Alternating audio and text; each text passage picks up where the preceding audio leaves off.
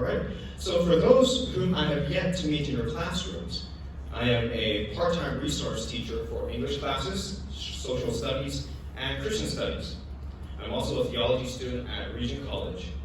Most of you recognize me as a musician who sometimes plays the viola, not the ukulele, wherever my home group is, so it's viola, and or sometimes I play the piano or I lead singing in chapel.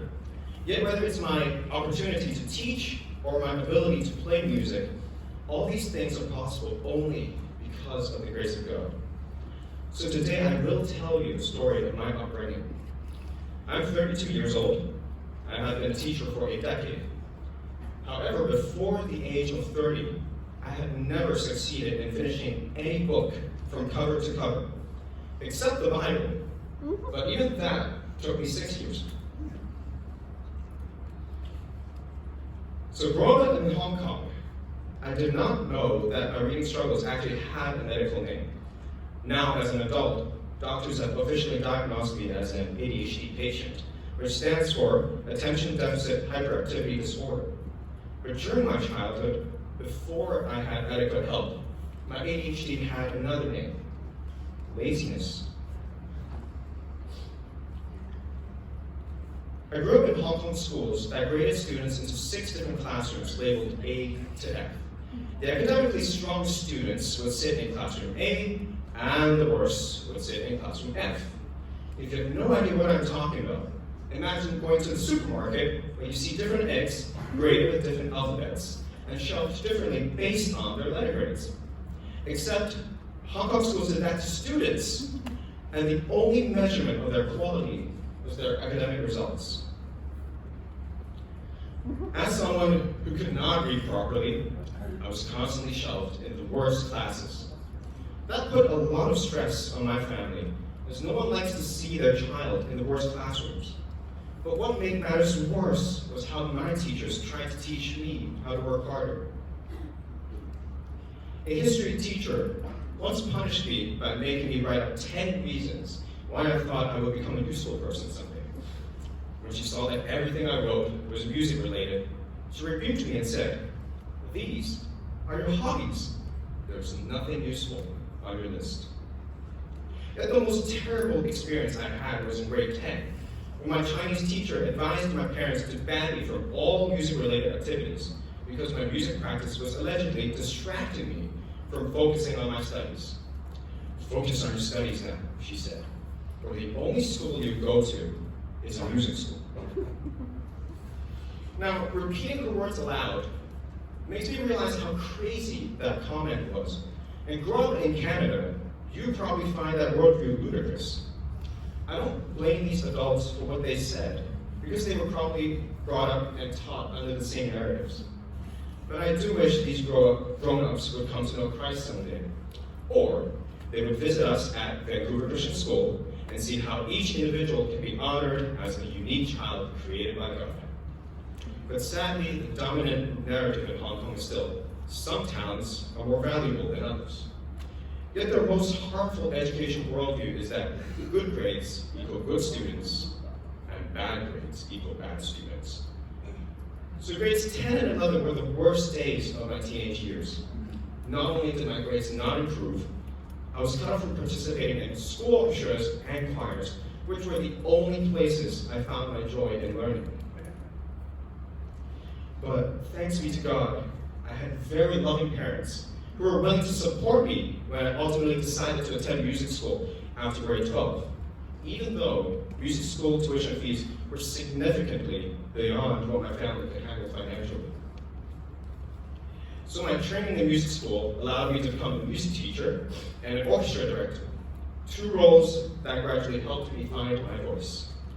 Still, part of me felt unfulfilled because I had always wanted to receive theological training. Now, for those of you who are unfamiliar with this term, that's just a fancy way of saying, I want to know more about God. Yet because I struggled with reading, I hesitated to commit to any theological courses. In case you didn't know, theological textbooks are huge. And if you end up in a place like Regent College, they make you read as if you're drinking from a fire hose. Nonetheless, my opportunity to study theology opened up when my wife, Mrs. Pan, became a student at Regent College. I learned that Regent had a very flexible diploma program that would allow graduate students to study at their own pace. So I thought I might try out some of their courses at Regent. And if my reading struggles became too much of an obstacle, I could chicken out anytime I wanted. But God was not letting me chicken out. For the Spirit God gave us does not make us timid, but gives us power, love, and self-discipline. 2 Timothy 1:7. Within my first few months at Regent College, I was so fascinated by all the lectures I was attending that the joy of learning once again became my strength. I was captivated by every argument that the prophets had with God. I was touched by Jesus' humanness and his godliness. I was encouraged by the strength of the early Christians who suffered persecution during the first 2 centuries of the Roman Empire. But as great as the Regent lectures might be, my old thorn in the flesh remained. I could still not read. Yet God's grace is always sufficient. Somehow, for every Regent course I have been taking, God has provided just a sufficient amount of audiobooks for me to get through each course. Though the concept of audiobooks has been around for quite some time, most are geared towards the secular market. So even 2 years ago, most theology books would not have had an audiobook version. But at just the right time, someone recorded themselves reading my entire New Testament textbook, the thick one on the right, along with all the footnotes, which helped me tremendously in my first semester paper. And at just the right time, I found another audiobook recording from my Old Testament textbook, which got me through my second semester exam. And by my third semester, I finally received the proper medication for my ADHD, which has been helping me tremendously in my work and studies, even now. So I experience God's grace every day.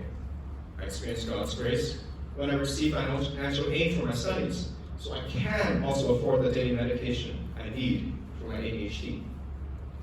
I experience God's grace when He says trust me to help in English classes and other humanities classes as a resource teacher, even though I only started reading books 2 years ago.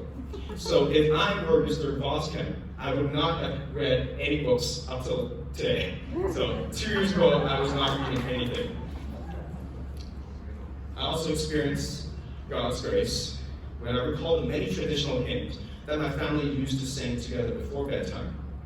Because the West End hymns were so eloquently written, they became the bedrock of my faith, the foundation of my musical instincts, and my greatest help in learning good English, even though I could not read books as a child. So God has been saying to me,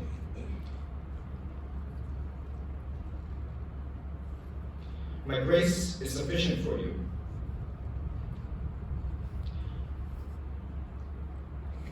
For my power is made perfect in weakness.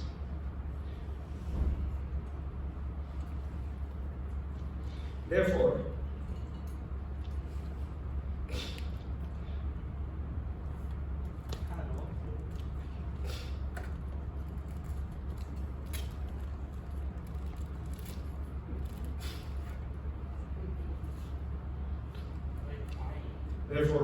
all the more I will gladly boast about my weaknesses, so that Christ's power may rest on me. But as I conclude my share, there are 2 things I hope we can all remember. First, do not let poor grades, failures, or any form of frustration take away your desire to grow and learn. As humans, part of our calling as God's image bearers is to learn and grow continuously. Even the 12-year-old Jesus had to sit among the teachers, listen to them, and ask them questions.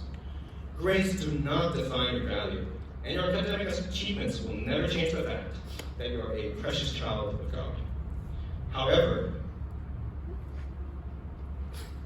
we are called to love the Lord God with all our hearts, and with all our souls, and with all our minds.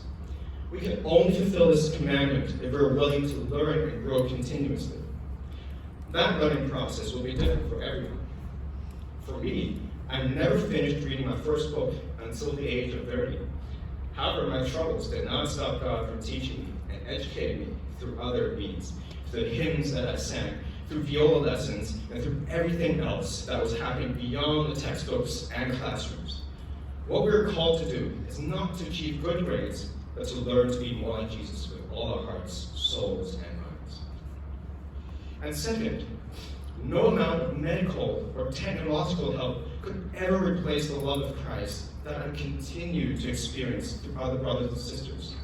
Yes, audiobooks are vital for me, and I feel lost whenever I don't have access to my ADHD pills in the morning.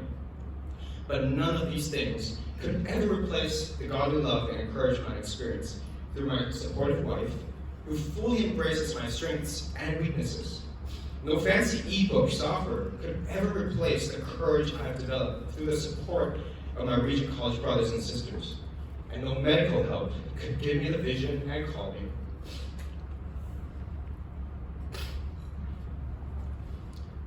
that God has planted in me through His Word and His church.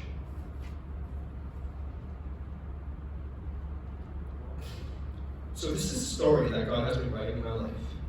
As a takeaway, I encourage all of you to be strong and courageous in the Lord, and to surround yourself with godly and people and godly friends.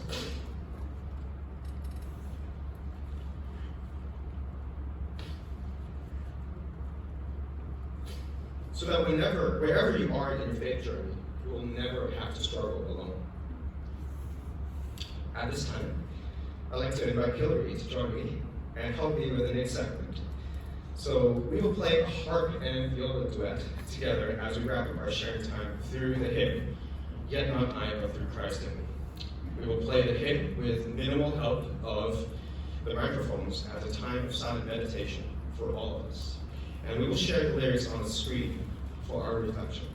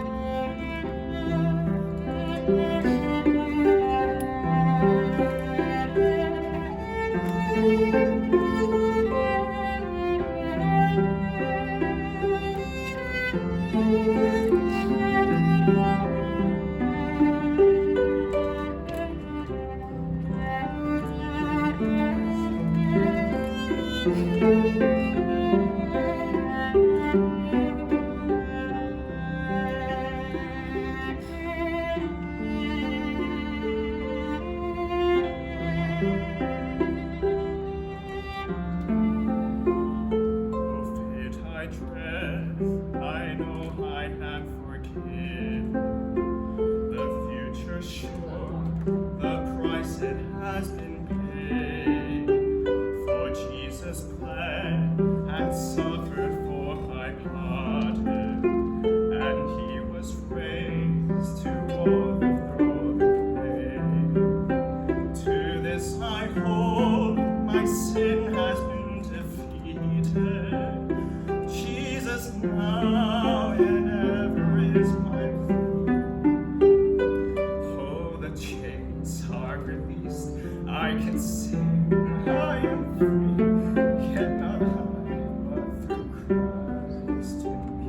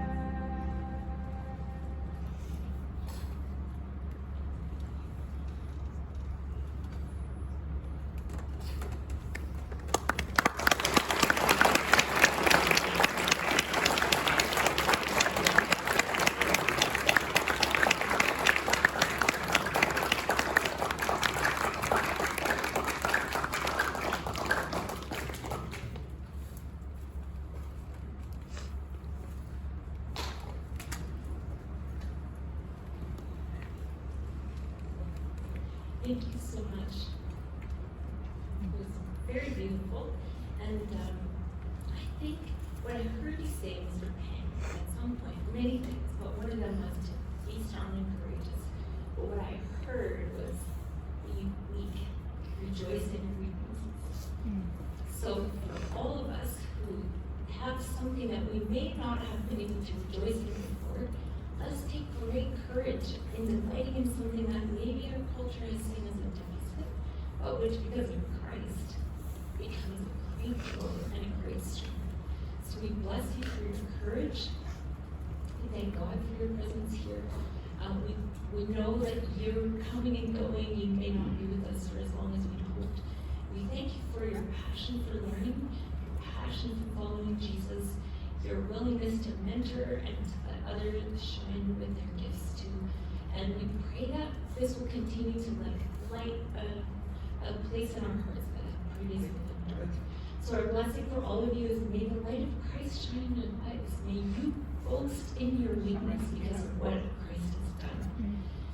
So next week we'll come back here, more music.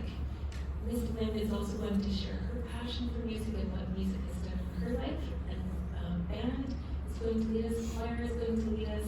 So that'll be a week from today. So if you see Mr. Payne today in the hallway or Hilary, do thank them. Let them know how their story touched you today. Thank you also to Mr. Moskamp for leading us. And be blessed and be a blessing.